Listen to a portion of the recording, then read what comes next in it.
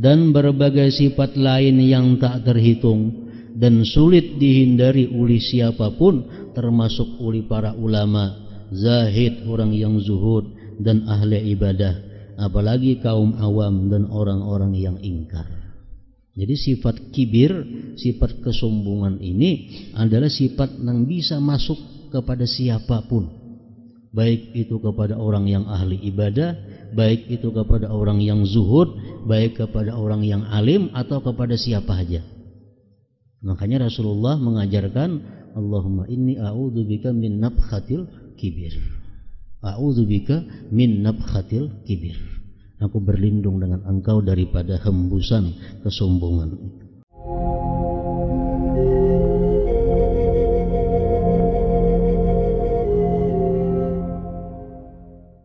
Makna daripada kalam al-Imam Al-Habib Ahmad bin Zain rahimahullah wa nafa'ana bi'ulumih. Sombong, ujub dan kikir. Wahzar minal kibril masyumi fa innahu da'un wa min ujubi wa syuhhim muhli'i. Waspadalah sifat sombong yang tercela. Sesungguhnya sombong itu penyakit. Begitu pula berbangga diri, ujub, juga kikir yang rakus. Sombong, kibir adalah perasaan mulia. Perasaan mulia dan agung yang terdapat dalam diri, karena meyakini dirinya lebih mulia dari orang lain.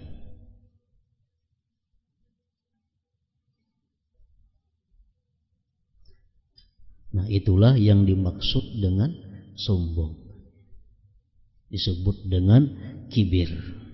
Perasaan mulia yang terdapat dalam diri karena meyakini dirinya lebih mulia dari orang lain.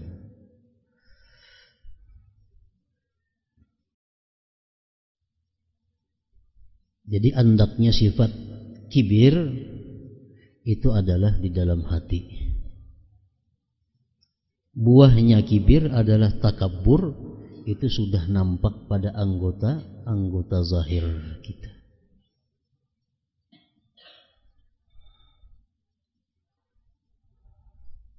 Jadi takabbur itu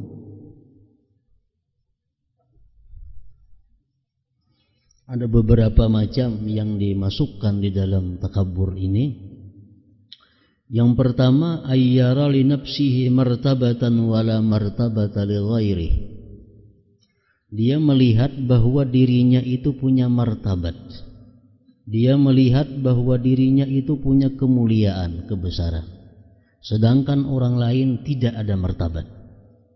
Ini termasuk takabbur. Yang punya martabat itu hanya aku. Yang mulia itu hanya aku. Baik dalam lingkup besar atau lingkup yang kecil. Lingkup besar umpamanya kabupaten ini paling mulia aku. Itu lingkup termasuk besar. Yang lebih kecil, sarumahan ini paling mulia aku. Padahal di rumah itu berdua bertiga aja orangnya. Itu pun termasuk takabbur. Makanya ada hadis Rasulullah yang menjelaskan bahwa ada orang yang nantinya takabbur, padahal orang yang di bawahnya cuma 2-3 orang. Ya macam tadi, ini berada di suatu rumah, ini berada di suatu asrama, di suatu kamar, nah orang yang mungkin 4-5, ini merasa lebih mulia daripada yang kelima-limanya atau kedua-duanya, ketiga-tiganya itu.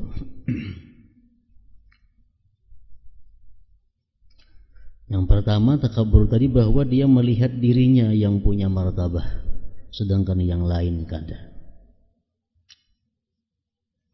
Yang kedua, termasuk takabbur juga, ayyara li nafsihi martabatan wa li ghairihi martabatan thumma yara martabata nafsihi fawqa martabatil ghair.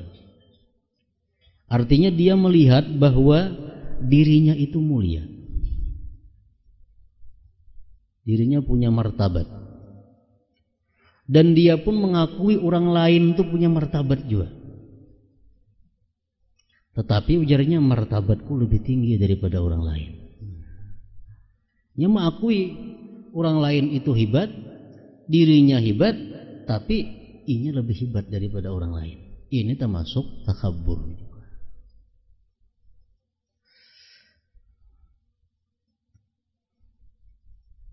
Yang ketiga, ayyara li nafsihi zullan wa li ghairihi zullan thumma yara ghairahu azalla min nafsi. Yang ketiga ini dia melihat bahwa dirinya ini hina, dirinya ini adalah hina, orang lain pun hina, dan dia melihat orang lain lebih hina daripada dirinya. Nah, ini takabur juga. Aku merasa banyak dosa, merasa banyak keliru, banyak salah. Orang lain pun nggak itu juga. Cuma pas aku pikir-pikir, jahat orang lain lagi pada aku. Nah, perasaan seperti itu adalah takabur juga.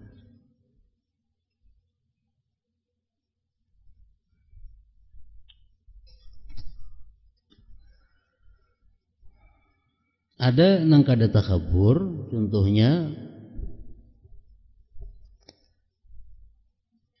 aku melihat bahwa pada diriku ini ada martabah, ada kemuliaan, dan aku merasa bahwa aku mulia. Dan orang lain pun kulihat mulia juga. Bahkan orang lain lebih mulia daripada aku. Nah, ini kada takabur. Kada takabur walaupun ia mengakui dirinya mulia, tapi ia menganggap orang-orang lain lebih mulia daripadanya. Ini kada takabur.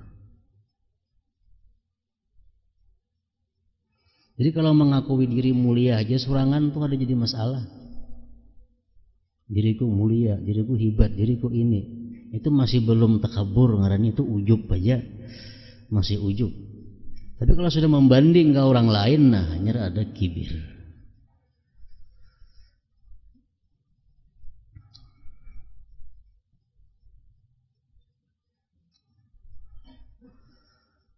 Sombong, kibir adalah perasaan mulia dan agung yang terdapat dalam diri karena meyakini dirinya lebih mulia dari orang lain.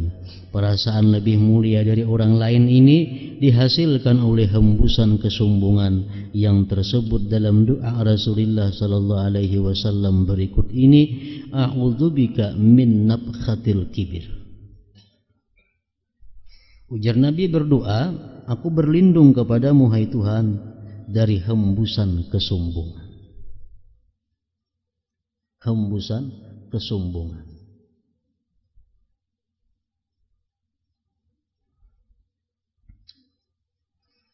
Ada dalam diri kita ini yang diberi Allah keistimewaan.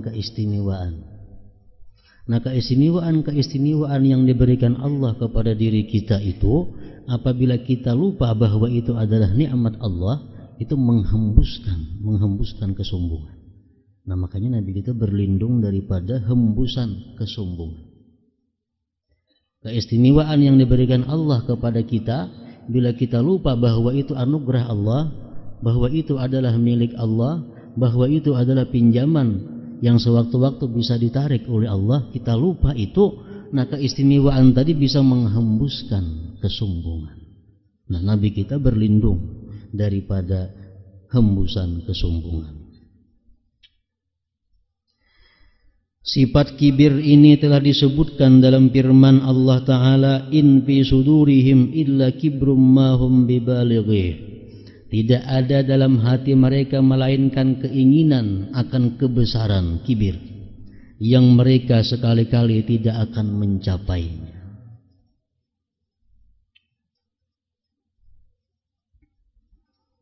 Sombong, kibir merupakan sifat dan perilaku nafsu. Sedangkan takabur adalah menampakkan sifat kebesaran yang merupakan sifat nafsu tadi, menampakkannya atas anggota. Takabur itu sudah taka luar. Takabur sudah taka muntung, taka telinga, taka mata, taka tangan, taka duduk, taka berdiri, taka berjalan, taka berpakaian, itu sudah takabur. Tapi kalau masih kibir, itu masih dalam hati.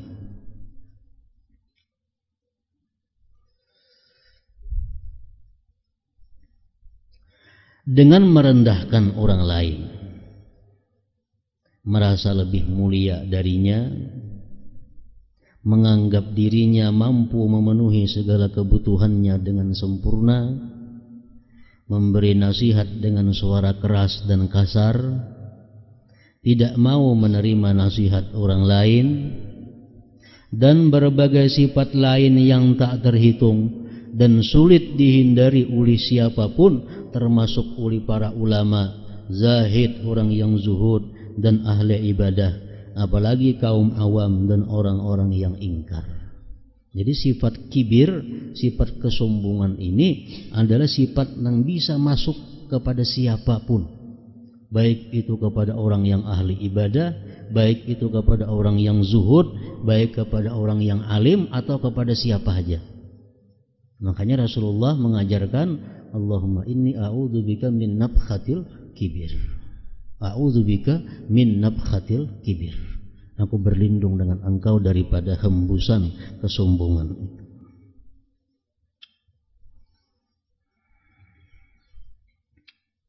Sifat sombong yang paling buruk adalah yang dapat mencegah seseorang dari menuntut ilmu, menerima ilmu, dan menerima kebenaran serta tunduk kepada kebenaran.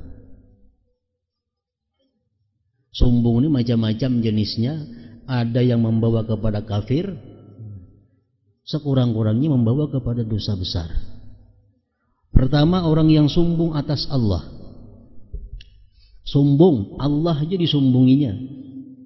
Namrud contohnya, Fir'aun. Nah, dia bukan hanya manusia, kepada Allah pun dia kadang menerima. Dia sombong. Nah, itu kafir. Yang kedua, takabur ala rasul. Takabur terhadap rasul. Dia kadang mau menerima ajakan rasul karena menganggap bahwa dirinya lebih mulia daripada rasul itu. Seperti Abu Jahal dan kawan-kawannya. Abu Jahal itu bukan takabur kepada Allah. Abu Jahal percaya Allah itu esa. Abu Jahal percaya Allah kuasa. Tapi Abu Jahal itu takabur kepada Nabi kita. Abu Jahal keberatan bahwa risalah itu diserahkan kepada Nabi kita, yang mana ini anak yatim piatu. Jadi Abu Jahal andai kata yang jadi rasul itu bukan Nabi kita, andai kata yang jadi rasul itu orang yang lebih terhormat daripada Abu Jahal beriman. Nah, Abu Jahal ini kada beriman karena masalahnya rasulnya ini adalah orang miskin. Rasulnya ini anak yatim piatu. Jadi Abu Jahal itu kafir karena takabur atas rasulnya, bukan kepada Allah. Nah, ini pun kafir juga. Kafir kepada rasul sama takabur kepada rasul, sama takabur kepada Allah. Nah, yang ketiga, takabur ala khalqillah, takabur atas makhluk-makhluk Allah yang lainnya. Nah, ini umum.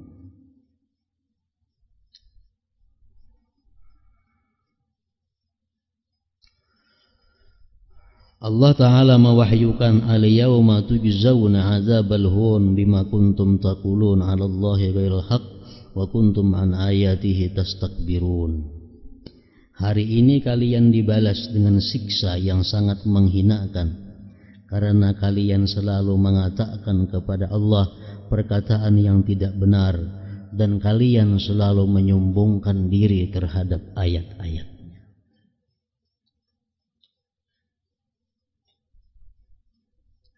Sa'asrifu an ayati alladzina yatakabbaruna fil ardi bighairil haqq. Akan kupalingkan dari ayat-ayatku mereka yang menyombongkan diri di muka bumi ini tanpa alasan yang benar. Memang kadang-kadang dalam satu kesempatan kita dibolehkan takabur. bahkan dianjurkan untuk takabur. Kita dianjurkan takabur ini adalah dalam rangka menghadapi orang yang takabur. Ujar Nabi dalam suatu hadis yang maksudnya, bila engkau lihat orang-orang tawadhu, tawadhulah kamu kepada mereka. Bila engkau lihat orang-orang yang takabur, takaburlah kamu atas mereka itu. Nah, jadi artinya takabur ini satu saat ada dibolehkan, bahkan dianjurkan dengan tujuan memadamkan ketakaburan orang yang takabur. Orang-orang yang takabur di bumi ini tanpa alasan yang tepat, itu Allah palingkan mereka daripada ayat-ayatnya. Sebagian ulama menafsirkan bahwa arti ayat tersebut adalah akan kucabut pahaman Al-Quran dari hati mereka. Allah juga mewahyukan kadzalika yatba'ullahu ala kulli qalbi mutakabbirin jabbar. Demikianlah mengunci hati, demikianlah Allah mengunci hati orang yang sombong dan sewinang-winang. Innahu la yuhibbul mustakbirin, sesungguhnya Allah tidak menyukai orang-orang yang sombong. Rasulullah sallallahu alaihi wasallam bersabda, la yadkhulul jannata man fi qalbihi mithqalu habbatin min khardalin min kibrin. Tidak akan masuk surga orang yang dalam hatinya terdapat sifat sombong walau hanya seberat atom. Artinya orang ini punya sifat sombong dan dia kada tobat sampai dia mati. Nah, orang ini kada akan bisa masuk surga kecuali dalam proses, dalam hitungan, dalam hukuman terlebih dahulunya. Bukan kada masuk surga sama sekali, kada. Artinya la yadkhulul jannah, tidak masuk surga beserta orang-orang yang dahulu. Ini lambat masuk surganya. Orang yang dalam hatinya ada seberat zarrah. Hadis riwayat Muslim, Tirmidzi dan Abi Dawud. La yadkhulul jannata jabbarun wala bakhilun wala sayyi'ul malakah. Tidak akan masuk surga seorang penindas, jabbar, penindas. Artinya orang yang sekehendaknya berkuasa semaunya tanpa mengindahkan hak-hak orang lain. Belenya hendak mesti jadi, orang rela kah kada kah mesti diambilnya. Ini jabbar. Wala bakhil, dan juga tidak pula seorang yang bakhil, kikir, kada akan masuk surga. Kenapa? Sebabnya orang kikir ini kada masuk surga karena orang kikir ini dia kada mustahil memakan harta orang. Kada mustahil orang kikir ini adalah mengurangi takaran. Kada mustahil orang yang kikir ini mengurangi timbangan, ukuran. Kada mustahil orang yang kikir ini mengakat ampun orang karena dia kikir. Dan yang ketiga, yang berperangai buruk terhadap bawahannya. 3 orang itu la yadkhulul jannah, ujar Nabi. Artinya kada masuk surga dengan mudah. Kada masuk surga dengan mudah, tapi melalui tahapan-tahapan yang berat. Hadis riwayat Ahmad, Tirmidzi dan Ibnu Majah. Yuhsyarul jabbarun wal mutakabbirun yaumal qiyamah fi suratiz dzar yata'uhumun nas lihawanihim 'ala Allah azza wa jalla. Orang-orang yang suka menindas dan sombong kelak di hari kiamat akan dihalau mulai kuburnya, artinya sampai ke mahsyar, dihalau dalam rupa yang sangat kecil, bentuk tubuh yang sangat kecil. Kemudian umat manusia akan berjalan menginjak-injak mereka. Semua itu karena hinanya mereka dalam pandangan Allah azza wa jalla. Hadis riwayat Bazzar. La yanzurullah ila rajulin yajurru izarahu batara wa fi riwayatin yajurru izarahu khuyala. Artinya Allah tidak akan memandang seseorang, maksud memandang dengan pandangan rahmah. Allah tidak akan memandang seseorang dengan pandangan kasih sayangnya. Seseorang yang menarik kain sarungnya, maksudnya menyirit kain sarungnya atau celananya atau gamisnya atau jubahnya karena sombong. Dan pada riwayat lain menarik kain sarungnya, menyirit kain sarungnya karena angkuh. Artinya orang laki-laki khususnya, maksudnya ini laki-laki, ila rajulin, kepada laki-laki yang mana dia memakai sarungnya itu lewat daripada mata kakinya, memakai gamis lewat daripada mata kakinya, buku lalinya, memakai celana salawar lewat daripada mata kakinya. Dia lakukan yang demikian itu karena dia sombong. Nah, ini yang Allah tidak memandangnya dengan pandangan rahmah. Ini kada mau makai salawar itu nangka atas pada buku lali. Betapa kada mau ke atas pada buku lali. Kenapa? Supan. Nah, mesti ke bawah buku lali. Nah, ini khuyala, sombong. Ini haram. Haram. Dan Allah kada memandang dia dengan pandangan rahmahnya. Lain halnya kalau orang kada ada tujuan sombong. Dia hanya memakai pakaian, gamisnya, sarungnya, celananya ke bawah daripada buku lali. Cuma kada ada sombong. Nah, ini hukumnya adalah makruh. Baik di dalam sembahyang atau di luar sembahyang. Kita sembahyang umpamanya, tapi kita limpua buku lali. Gamis kita limpua buku lali. Selawar kita limpua buku lali, itu makruh. Kalau kada ada perasaan sombong. Kalau ada perasaan sombong itu jelas sudah haram.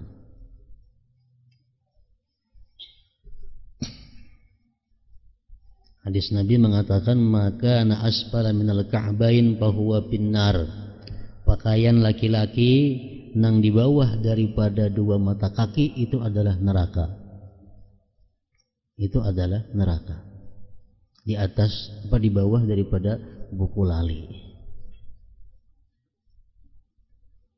Hadis Rasulullah mengatakan, wala yaqbalullah salata rajulin musbilan izarah. Allah tidak akan menerima sembahyang seseorang laki-laki yang mana tapihnya, gamisnya atau selawarnya di bawah daripada buku lali. Nah, itu masalah diterimanya. Kalau masalah hukumnya adalah makruh. Kenapa makruh? Karena itu adalah pakaian atau perilaku orang-orang yang sombong. Berbalikannya bini-bini. Nah, kalau bini-bini itu sangat dianjurkan pakaian itu panjang, kalau perlu sampai tapair ke tanah. Itu sangat dianjurkan, bahkan diwajibkan.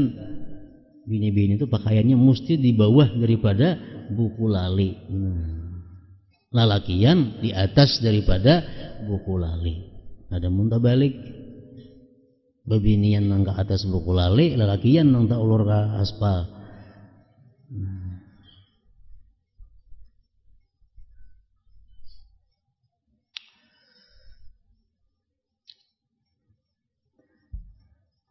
Allah juga pernah mewahyukan kepada Nabi Musa alaihi salam, innama aqbalu salata man tawadha'a li 'azamati wa lam yata'azam 'ala khalqi wa alzama qalbahu khawfi wa kaffa nafsahu 'anis syahawat min ajli.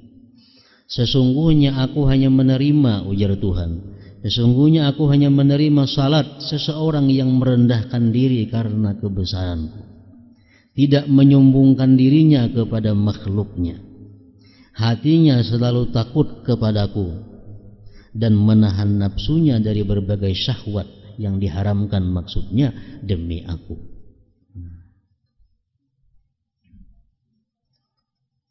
Jadi Allah kadang menerima sembahyang orang yang sombong. Allah kadang menerima orang yang sembahyang dalam hatinya kadang ada takut kepada Allah.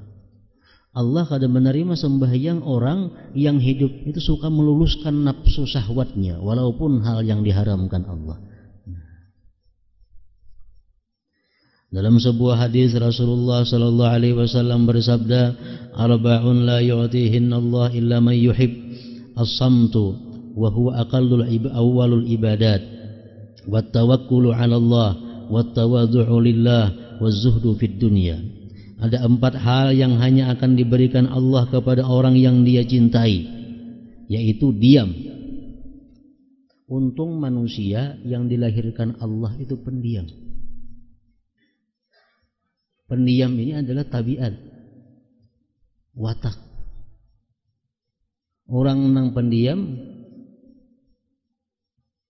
dilatih supaya lantih kerawa. Memang dari dalam parutnya lahir sudah pendiam. Kada kawa diajak bepantil terus kada kawa. Nah, orang yang diciptakan Allah pamandir itu pun kada kawa diajak berdiam.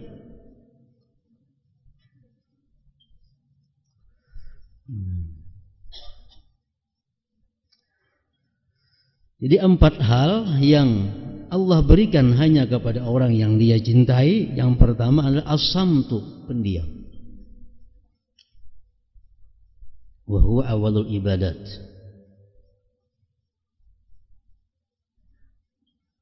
Diam yang merupakan awal ibadah. Yang kedua tawakal kepada Allah. Ketiga rendah hati, tawadhu karena Allah, dan zuhud pada dunia. Hadis riwayat Tabarani dan Hakim. Yusuf bin Asbat berkata, sedikit sifat wara dapat menyamai banyak amal. Artinya beramal sedikit, cuma berdasarkan wara amal jadi banyak. Dan sedikit tawadhu dapat menyamai usaha yang besar dalam beribadah. Ketika ditanya tentang tawadhu, Fudail menjawab, tawadhu adalah tunduk dan patuh pada kebenaran. Sekalipun kebenaran itu muncul dari anak kecil, kamu akan tetap menerimanya. Itu adalah tandanya orang yang tawadhu. Sedangkan tawadhu itu sifat hati. Tawadhu ini sama lawan takabur, kibir. Kibir itu sifat hati, tawadhu pun sifat hati. Kalau kibir merasa bahwa diri lebih baik daripada orang lain, sedangkan tawadhu itu merasa bahwa diriku hina atau tidak lebih baik daripada orang. Nah, bila kita merasa bahwa diri kita tidak lebih baik daripada orang lain, mau tuh menerima kebenaran. Sekalipun kebenaran itu muncul dari anak kecil, kamu akan tetap menerimanya. Al-Hasanul Basri berkata, tawadhu adalah kamu menganggap setiap muslim yang kamu temui lebih utama darimu. Arti tawadhu menurut Hasan Basri, arti tawadhu itu adalah kamu menganggap setiap muslim yang kamu temui itu lebih baik daripada kamu.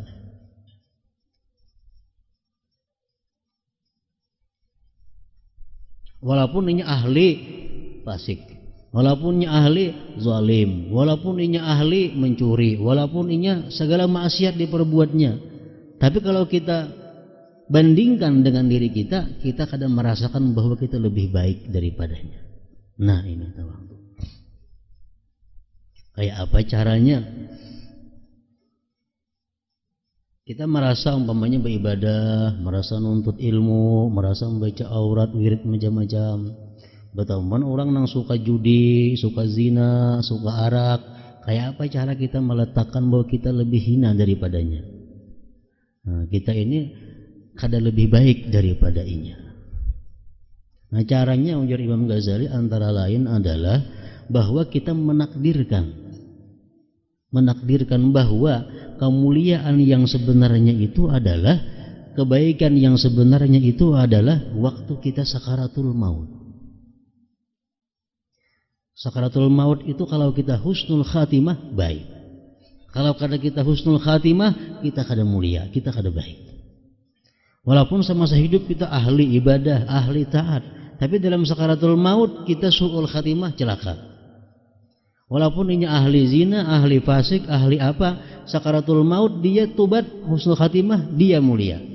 Nah, sekarang kita umpamanya suka beribadah, suka nuntut ilmu, ada melihat orang suka fasik, suka maksiat. Nah, kita bayangkan, siapa tahu nantinya aku nang macam ini, nah kayaknya akhir hayat blak aku husnul khatimah. Siapa tahu macam itu, kayaknya akhir hayatnya tobat, mengucap la ilaha illallah, mati, siapa tahu. Nah, jadi dengan demikian kita kadang merasa bahwa diri kita lebih baik daripada inya. Karena itu masih kada tahu kita akhir hayat kita belum kita ketahui. Apa akhirnya kada tahu, dan inya pun kada tahu. Jadi tawadhu itu adalah kita melihat seseorang lalu kita menyatakan bahwa diri kita ini kada lebih baik daripadanya. Kada lebih baik daripadanya. Sekadang-kadangnya sama atau lebih buruk daripadanya.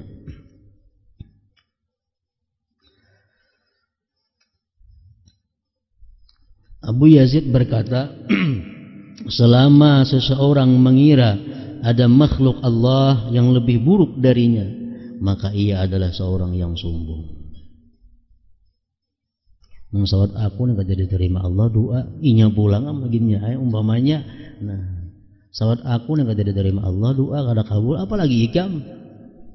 Nah, ini berarti merasa bahwa diri kita lebih mulia di sisi Allah daripada orang. Ini sombong, sudah jelas.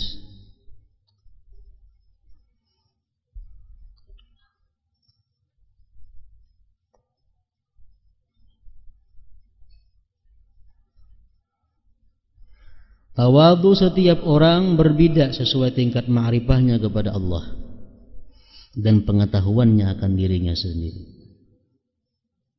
Seseorang yang sombong berarti dia telah merebut sifat yang tidak pantas kecuali bagi Allah. Al-azamatu izari, Allah Ta'ala berfirman, al-azamah izari wal kibriya ridai faman naza'ani fihi ma qasamtuh. Keagungan adalah sarungku dan kesombongan adalah selindangku. Barang siapa merebut akan aku pada keduanya, maka akan aku binasakan dia. Artinya sombong, besar, itu sifat Allah, pakaian Allah. Bila kita ambil, kita akan dihancurkan, dibinasakan oleh Allah Subhanahu wa Ta'ala. Jadi kesombongan, ujar Imam Ghazali, satu sifat yang ada dan bisa dimasuki dan bisa masuk kepada siapapun. Beliau secara rinci mendeteksi, mencari di mana sebabnya datang kesombongan itu. Kenapa kita sombong? Kenapa kita bisa merasa lebih mulia dari orang? Kenapa kita merasa lebih baik daripada orang? Kenapa kita merasa lebih hebat daripada orang? Kenapa kita merasa lebih takwa daripada orang? Kenapa kita merasa lebih bersih dari orang? Ujar Sidin mengatakan bahwa sebab takabur itu adalah yang pertama ilmu. Ilmu ini adalah satu keistimewaan, kemuliaan yang diberikan Allah kepada manusia dan sangat mudah menghembuskan takabur. Orang yang punya ilmu ini kalau dia kadang menyadari bahwa ilmu itu adalah anugerah Allah, dia akan ujub. Dan ujub itu akan berkembang menjadi merasa mulia, merasa besar karena dia punya ilmu. Dia menganggap bahwa semua orang itu berhak melayani dia. Dia menganggap bahwa semua orang itu mesti tunduk dan patuh kepadanya karena dia punya ilmu. Nah, ini takabur itu paling cepat datangnya melalui ilmu. Jalan keluarnya adalah mengembalikan bahwa ilmu itu anugerah Allah, bukan ampun kita. Yang kedua, ujar Imam Ghazali mengatakan bahwa takabur atau kibir itu berasal adalah daripada wara wal ibadah. Daripada wara dan ibadah. Orang yang wara, orang yang ahlinya ibadah itu mudah didatangi oleh sombong. Artinya bukan berarti orang yang wara itu sombong, bukan. Orang ahli ibadah sombong? Bukan. Cuma orang yang wara ini, orang yang ahli ibadah ini sangat mudah didatangi sifat kesombongan. Jalur situ lewat situnya sombong datang. Karena wara ini orang yang membersihkan diri dari segala yang haram dan syubhat. Dia mudah mencap orang lain kotor. Dia mudah mencap orang lain fasik. Dia mudah menganggap orang lain itu kada hati-hati. Nah ini orang bahayanya orang wara kalau kada didampingi dengan ilmu yang cukup. Merasa itu fasik. Kada mau ikut untuk jadi imam. Nah ini akibat apa? Akibat dia belajar wara tanpa didampingi ilmu yang benar. Belajar kan masalah wara, halal haram apa. Orang di perutnya ada haram, sembahyang kada diterima, ini kada diterima, bajunya ada haram kada diterima. Kita belajar itu wara kita hati-hati dalam hal ini. Kalau kita hati-hati ini kita kada ada keseimbangan ilmu, ini mudah datang sombong. Sombongnya apa? Menganggap orang lain itu selalu rigat. Menganggap orang lain selalu kada apik. Itu jadi imam atau pegawai kawa pasik itu. Ini orang nang wara. Lihat itu jadi imam, oh itu lor handap raja nang udah ikut. Padahal kita melihat orang jadi imam. Jadi imam itu orangnya fasik. Lalu kita kada jadi ikut. Kita merasa adil. Nah, kita merasa diri kita adil, sudah satu sifat takabur yang masuk ke dalam diri kita melalui wara ini.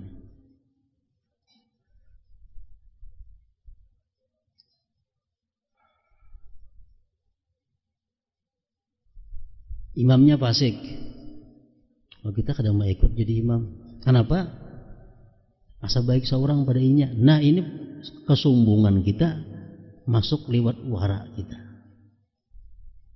Akibat kita hati-hati memilih imam, tahu-tahu kita dimasuki oleh sombong yang lebih besar bahayanya daripada mengikut orang yang fasik.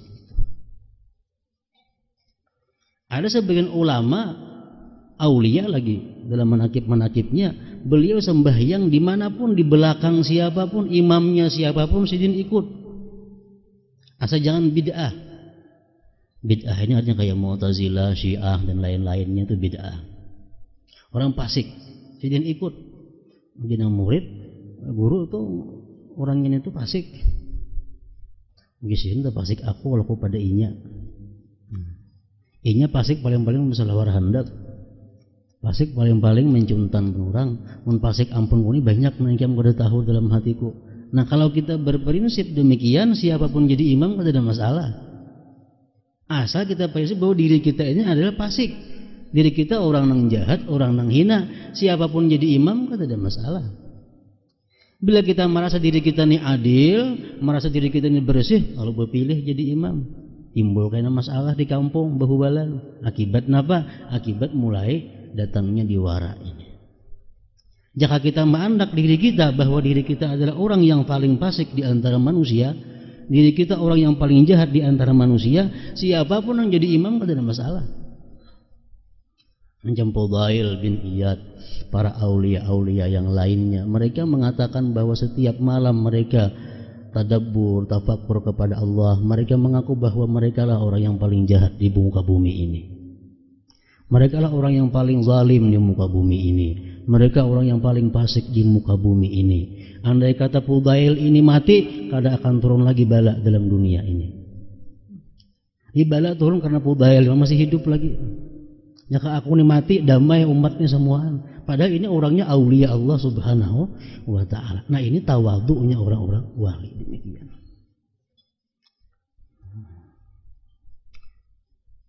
Jadi wara ini masuk bisa jalurnya sombong, kibir, ini masuk jalur wara dan ahli ibadah.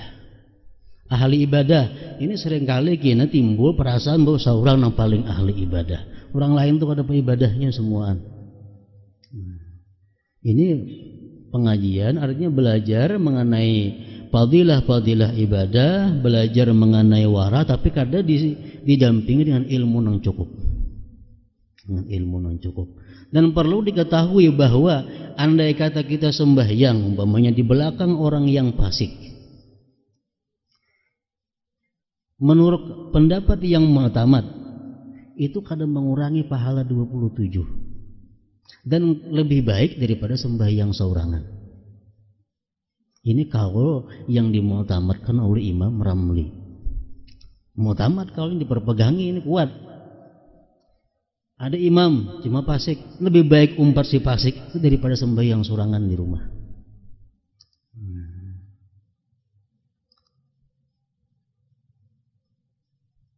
Imam pilat nyambat terak kada kawa.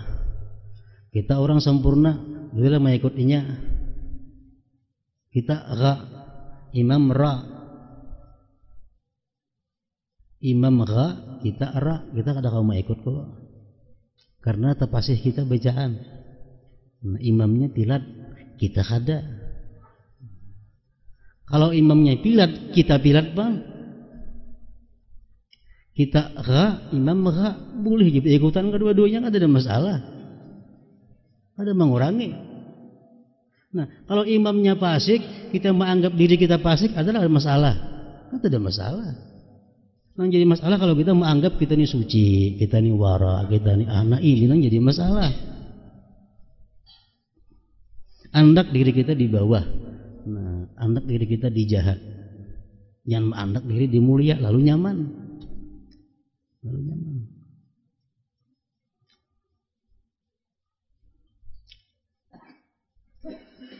Nah, jadi kesombongan itu datang dari ilmu, dari wara, dari harta, macam-macam.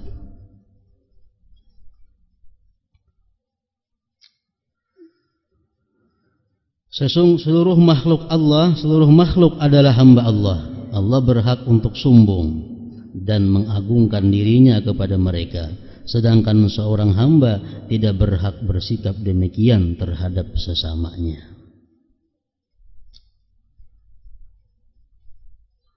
Allah memberikan pelajaran kepada kita dengan alam.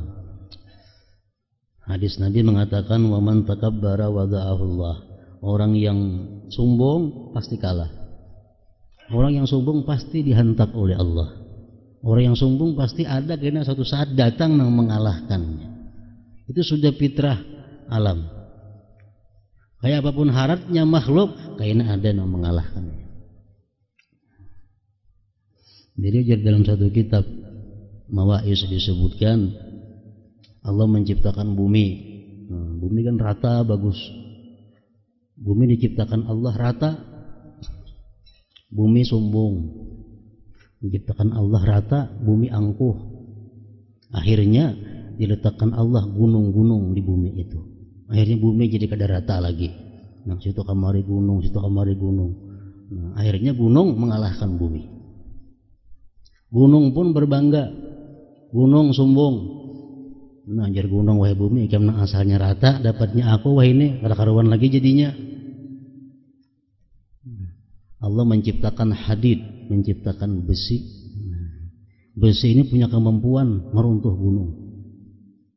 Jadi gunung yang asalnya takabur, datang besi, dipecah-pecahnya oleh besi tahambur pas itu kamari gunung.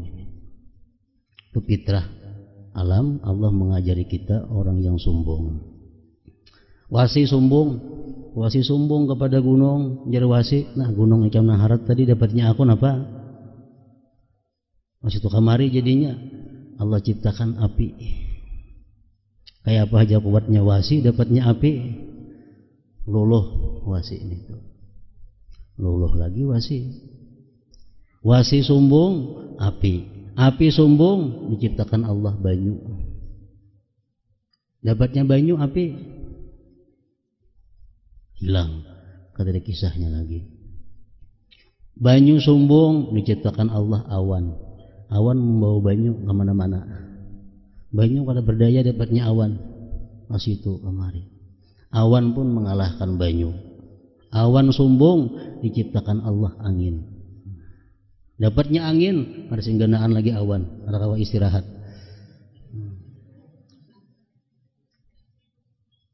Angin diciptakan Allah. Angin sombong, merasa bahwa dia menguasai segala-galanya. Allah ciptakan manusia dengan akal pikir, sehingga manusia bisa membangun suatu bangunan yang anti angin. Angin kada masuk ke bangunan itu manusia kau maulah. Kalau ada anginnya. Manusia pun sombong karena kau mengalahkan angin. Diciptakan Allah guring. Kayak apa jagaunya manusia, bila datang guring, lintuk manusia. Naum. Si guring pun merasa sombong karena kau mengalahkan manusia. Diciptakan Allah garing. Orang garing kau lah guring, kalah kau guring. Garing pun sombong, diciptakan Allah maut mati. Datang mati, hilang garing. Ujar ulama dalam pengarang kitab Mawais itu adalah pelajaran Allah. Andai kata kita baca bahwa man takabbara wada'ahullah. Orang yang sombong pasti akan dikalahkan, dihinakan oleh Allah Subhanahu wa ta'ala.